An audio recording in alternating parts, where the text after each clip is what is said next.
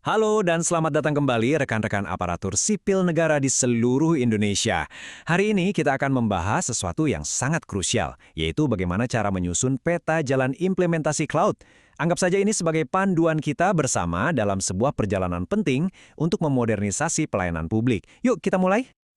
Oke, biar lebih terstruktur, perjalanan kita kali ini akan punya 4 perhentian utama. Pertama, kita akan bedah dulu, kenapa sih peta jalan ini penting banget? Kedua, kita akan belajar cara memetakan posisi kita saat ini, dan tujuan akhir yang mau dicapai. Ketiga, baru kita rancang rutenya, langkah demi langkah. Dan yang terakhir, kita juga harus siap-siap mengantisipasi tantangan yang mungkin ada di depan. Kita mulai dari pertanyaan yang paling mendasar. Kenapa kita butuh peta jalan cloud ini? Jawabannya sebenarnya cukup sederhana. Ini bukan cuma soal teknologi loh. Ini tentang bagaimana kita sebagai abdi negara bisa mengubah cara kerja kita secara fundamental untuk melayani masyarakat Indonesia dengan jauh lebih baik, lebih cepat, dan tentunya lebih efisien. Coba kita renungkan sejenak ya. Sekarang ini kan era digital. Ekspektasi masyarakat itu tinggi sekali. Mereka berharap pelayanan dari pemerintah bisa semudah dan secepat mereka memesan ojek online dari ponsel. Pertanyaannya, sudah siapkah instansi kita menjawab ekspektasi itu? Nah, tuntutan inilah yang membuat transformasi digital menjadi sebuah keharusan, bukan lagi sekedar pilihan. Jadi, apa sih sebenarnya peta jalan implementasi cloud itu? Gampangnya begini, ini adalah kompas strategis Anda. Ini bukan dokumen teknis yang rumit dan bikin pusing, sama sekali bukan. Anggap saja ini sebuah peta yang jelas, yang memberikan arah dan panduan langkah demi langkah untuk membawa instansi Anda dari tempatnya sekarang menuju visi pelayanan publik yang kita semua cita-citakan. Nah, setiap perjalanan yang sukses, entah itu mendaki gunung atau transformasi digital, itu selalu dimulai dari dua hal yang sangat mendasar. Kita harus tahu persis di mana posisi kita sekarang, dan kita harus tahu persis kemana tujuan kita. Ini adalah fondasi dari semua rencana yang akan kita bangun. Untuk tahu di mana kita berdiri, kita perlu melakukan general check-up atau memotret kondisi kita saat ini. Artinya apa? Kita data semua aset IT yang kita punya, kita petakan semua aplikasi yang berjalan, mana yang masih relevan, mana yang mungkin sudah ketinggalan zaman. Nah, setelah potretnya jelas, barulah kita bisa mulai melukis visi masa depan.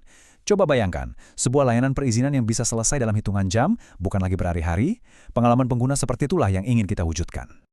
Oke. Begitu kita sudah tahu titik A dan titik B-nya, langkah selanjutnya adalah melakukan analisis kesenjangan. Ini adalah proses kita membangun jembatan antara kondisi kita yang sekarang dengan visi kita di nanti.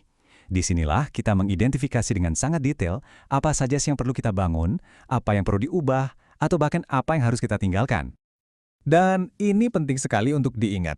Kesenjangan itu bukan cuma soal teknis ya. Tentu kita pasti butuh upgrade teknologi. Tapi seringkali tantangan terbesarnya itu ada di sisi manusianya.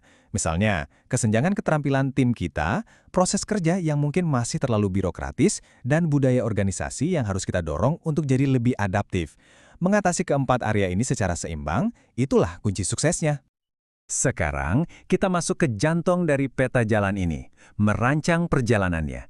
Disinilah kita menerjemahkan semua visi dan analisis tadi menjadi langkah-langkah yang konkret, yang nyata, dan yang bisa dieksekusi. Supaya proyek raksasa ini tidak terasa memberatkan, kita bisa membaginya jadi 4 fase. Kita mulai dengan yang namanya kemenangan cepat atau quick wins. Contohnya, memindahkan sistem email ke cloud. Ini sederhana, tapi dampaknya terasa, bisa membangun momentum dan kepercayaan. Setelah itu, baru kita bangun fondasi yang lebih kokoh, masuk ke fase transformasi inti, dan terakhir optimalisasi berkelanjutan. Pendekatan bertahap ini membuat semuanya terasa lebih mudah dikelola. Setiap rencana yang baik udah pasti butuh lini masa yang realistis. Kita bisa petakan targetnya per kuartal. Misalnya, kuartal pertama fokus pada assessment dan quick wins. Kuartal 2 dan 3 untuk membangun fondasi, dan seterusnya. Punya lini masa yang jelas seperti ini krusial banget untuk menjaga proyek tetap di jalurnya dan juga untuk mengelola ekspektasi semua pihak yang terlibat. Tentu saja, sebuah rencana yang hebat butuh sumber daya yang tepat. Kita harus jawab pertanyaan-pertanyaan praktis. Siapa saja orang yang kita butuhkan dalam tim? Keahlian apa yang harus mereka punya? Pelatihan apa yang perlu kita siapkan? Lalu, berapa anggaran yang realistis? Dan, apakah kita mungkin butuh bantuan dari pihak luar seperti konsultan? Semua ini harus terjawab di awal. Nah, kita sampai di bagian terakhir, dan ini sangat krusial. Rencana yang baik itu tidak cuma memikirkan jalan yang lurus dan mulus. Rencana yang matang itu juga siap mengantisipasi setiap kemungkinan hambatan atau kerikil tajam di jalan. Disinilah peran manajemen risiko yang proaktif menjadi sangat penting. Risiko itu bisa datang dari berbagai arah. Ada risiko teknis, misalnya masalah saat mengintegrasikan sistem lama dengan yang baru. Ada risiko operasional, contohnya gangguan layanan saat proses migrasi.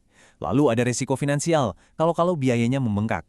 Dan tentu saja, risiko regulasi terkait kepatuhan dan keamanan data publik.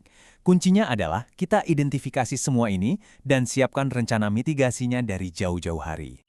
Ada satu kutipan yang menurut saya sangat pas di sini. Pada akhirnya, transformasi digital itu adalah soal mengelola perubahan. Seringkali tantangan terbesarnya itu bukan di teknologinya loh, tapi bagaimana kita memimpin dan mengelola perubahan bagi orang-orang di dalam organisasi kita.